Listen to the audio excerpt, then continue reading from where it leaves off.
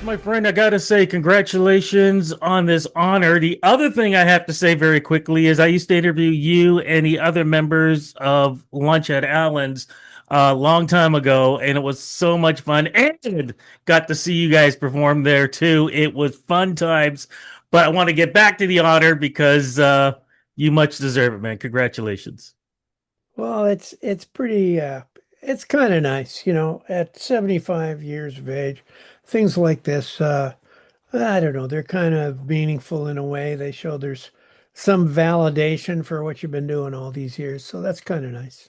Well, you know what? If there's anybody who did it well, it was you. And you know, what was it about that era in you growing up and music and the Canadian sound and in Ontario, Hamilton? What was it about what was going on then, especially because back then we used to be able to listen to top 40 and not just up here in Canada, but in the States. How did that influence you? And what were the music that you were listening to growing up? Well, first of all, the variety on radio when I was growing up was insanely fantastic. So you'd have everything on the same AM radio channel from Dave Brubeck playing Take Five to the Beatles, to the Stones, to Sinatra, to Roger Miller. It was just, there was something on radio in those days for everybody. Now, as a writer, um, you're stimulated by all of those different styles. It isn't sort of like the one-stop shopping of corporate radio. The variety was fantastic and inspiring. So that was huge. And then, of course, you attach in that window, well, there were CanCon regulations. And, in some respects, um, it was kind of frustrating that, you know, your work was being legislated. There was kind of nothing about that to me that, in principle, felt right. And I know that a lot of program directors got ticked off. And so they would dump us in the middle of the night. They'd put all their CanCon in initially, and that got sorted out down the road. Um, but over those years, I honestly believe there were quite a few broadcasters and program directors that played my records, gave them heavy rotation because they liked them. Not necessarily because they had to play them with the Yeah. CanCon stuff. But I think whenever you strap the wheels of creativity, or the wagon of creativity, I should say, to the horses of industry, you know, there's bound to be loggerheads. And, it's I can remember talking to, he owned a chain actually, and he thought he should get, and this was recent in the 90s, he thought he should get paid extra for playing a new Canadian artist rather than one that was already on the Billboard chart. So, there was curious stuff going on for sure. Yeah. And, Canadian radio would play you, and to a point, it was wonderful. I mean, in terms of performance royalties, etc. But quite often, you might get a heavy rotation, but you wouldn't get a meaningful chart number because those were still stuck to Billboard. So the politics never ceased to amaze me. And now I look at the industry and I just don't get it. I don't understand what it has become other than, a corporate conglomerate. And my heart goes out to young writers now. What they're up against, it's basically they've got to make their own careers and, get up to 5 or 6 million plays on YouTube before a record company even wants to look at them. So very different times. I think the key through it all, though, for me, Rudy, was early on in the game, uh, I I loved the joy of writing.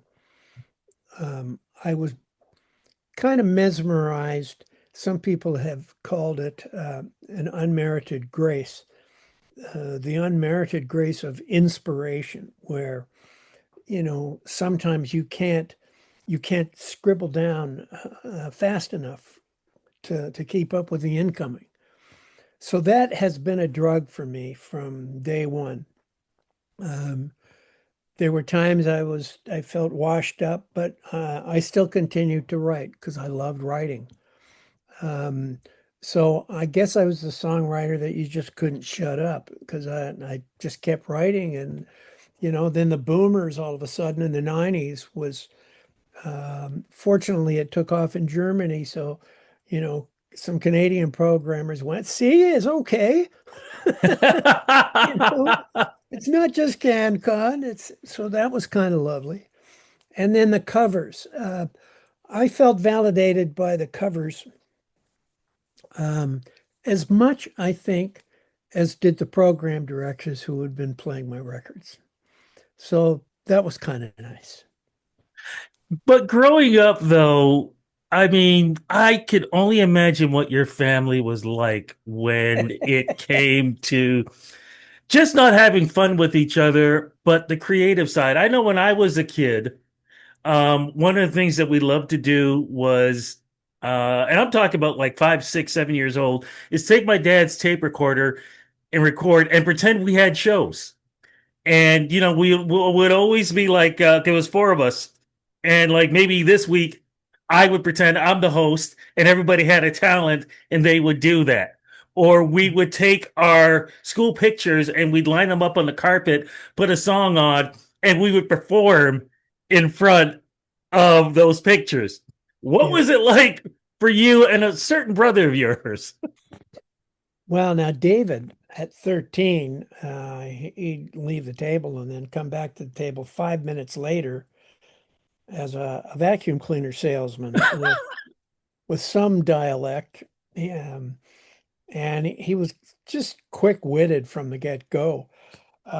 And so we did dialects all the time with each other, because we'd go to Great Britain for summer holidays to visit my parents' families. And we're in Scotland, so of course we put that on and get as Scottish as we possibly could. I always thought it'd be funny if Annie Lennox, a Scot, had actually sung Sweet Dreams with her Scottish accent. Who am I to disagree? I've traveled the world on the seven seas.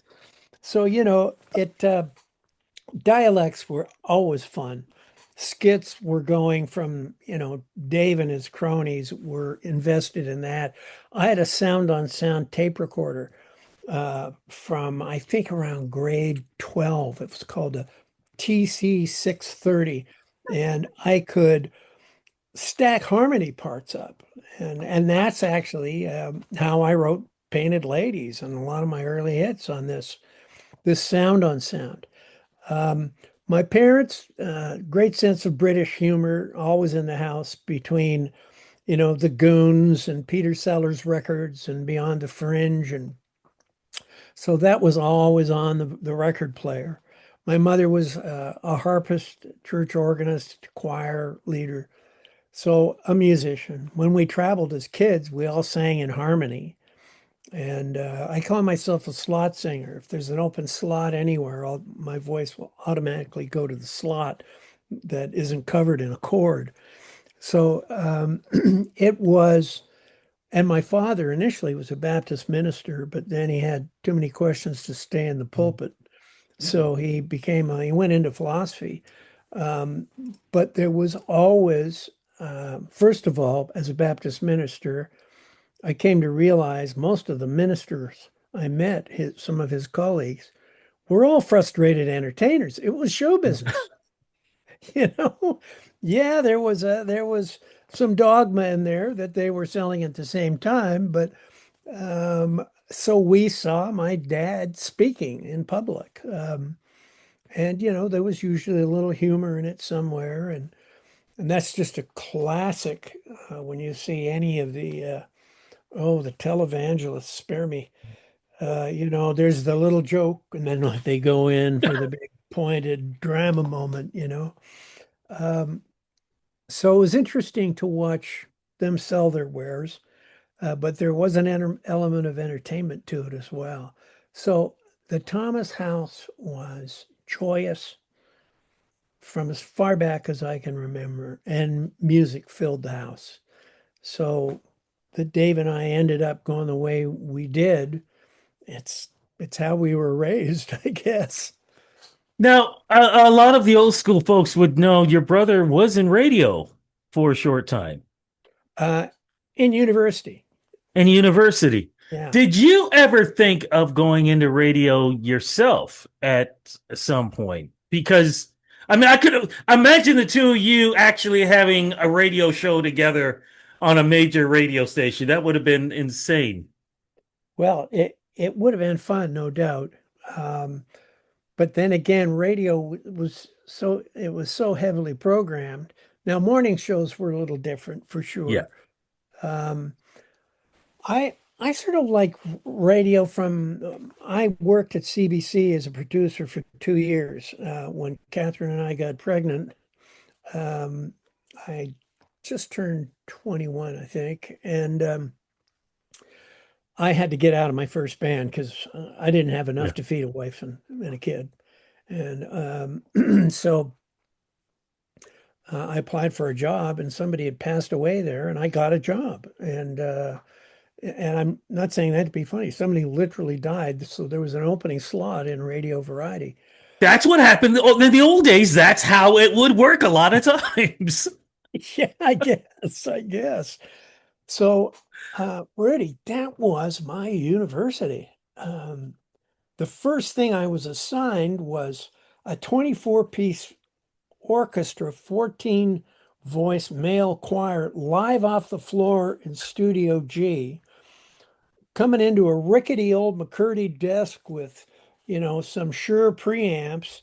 And we mixed that all down on a quarter-inch mono for Oh, broadcast.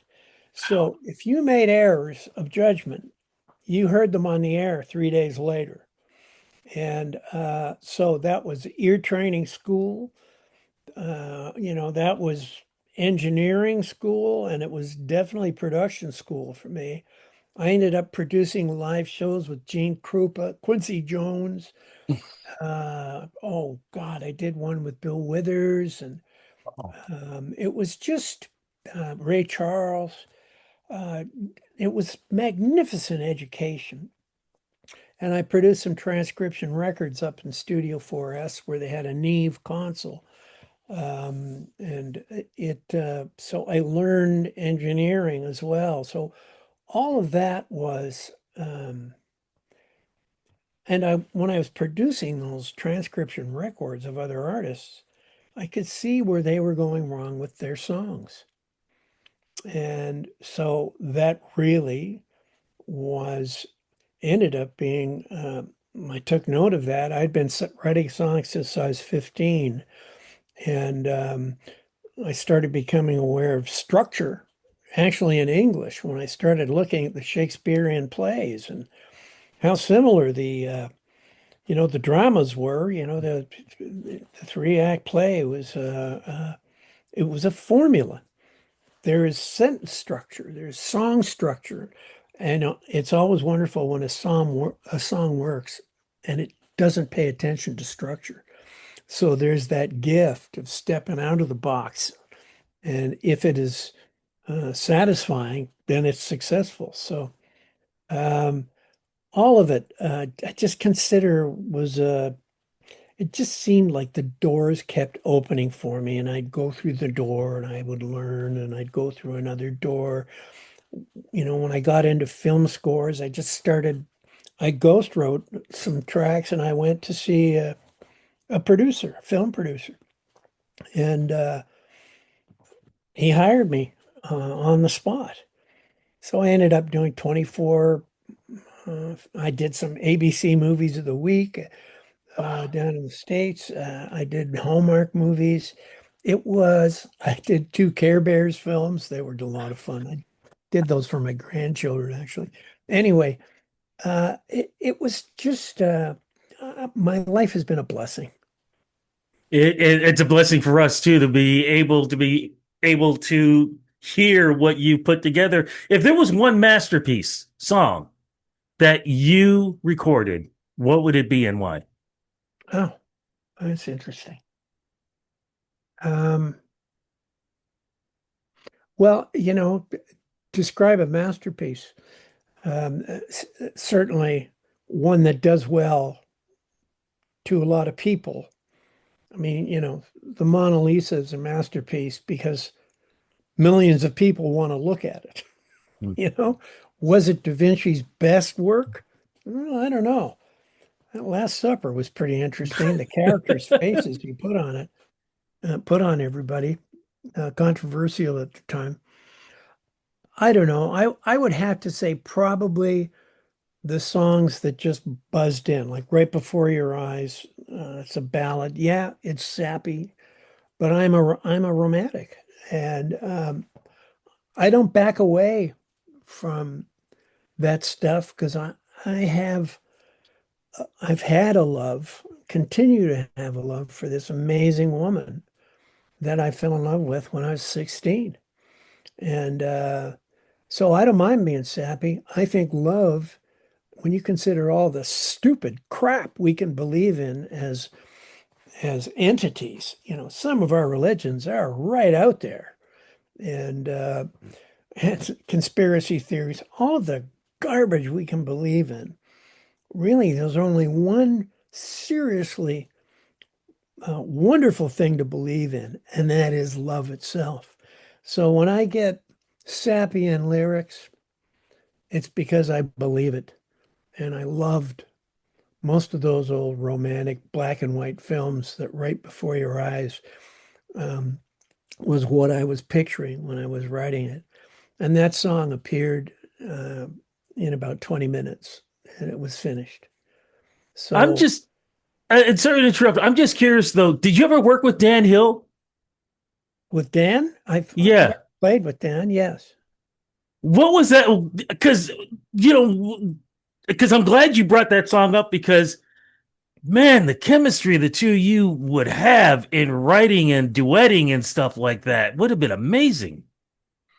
Well, we did a couple of things. I don't know that we ever played with each other. He's uh he's a very he approaches romance from a different angle than me. Yeah. I approach it from the place of the romantic. He approaches it from the machinery and the ups and downs of relationship. And so they're definitely two different takes. So and when he got together with Barry Mann, who um, I think had the music for Sometimes When We Touch, and Dan put the melody and lyric together for that. Boy, that was a killer. That was Yeah. a killer duo. Yeah. So that's another thing. Dan writes well with other people. I've always found writing with other people kind of a pain in the ass.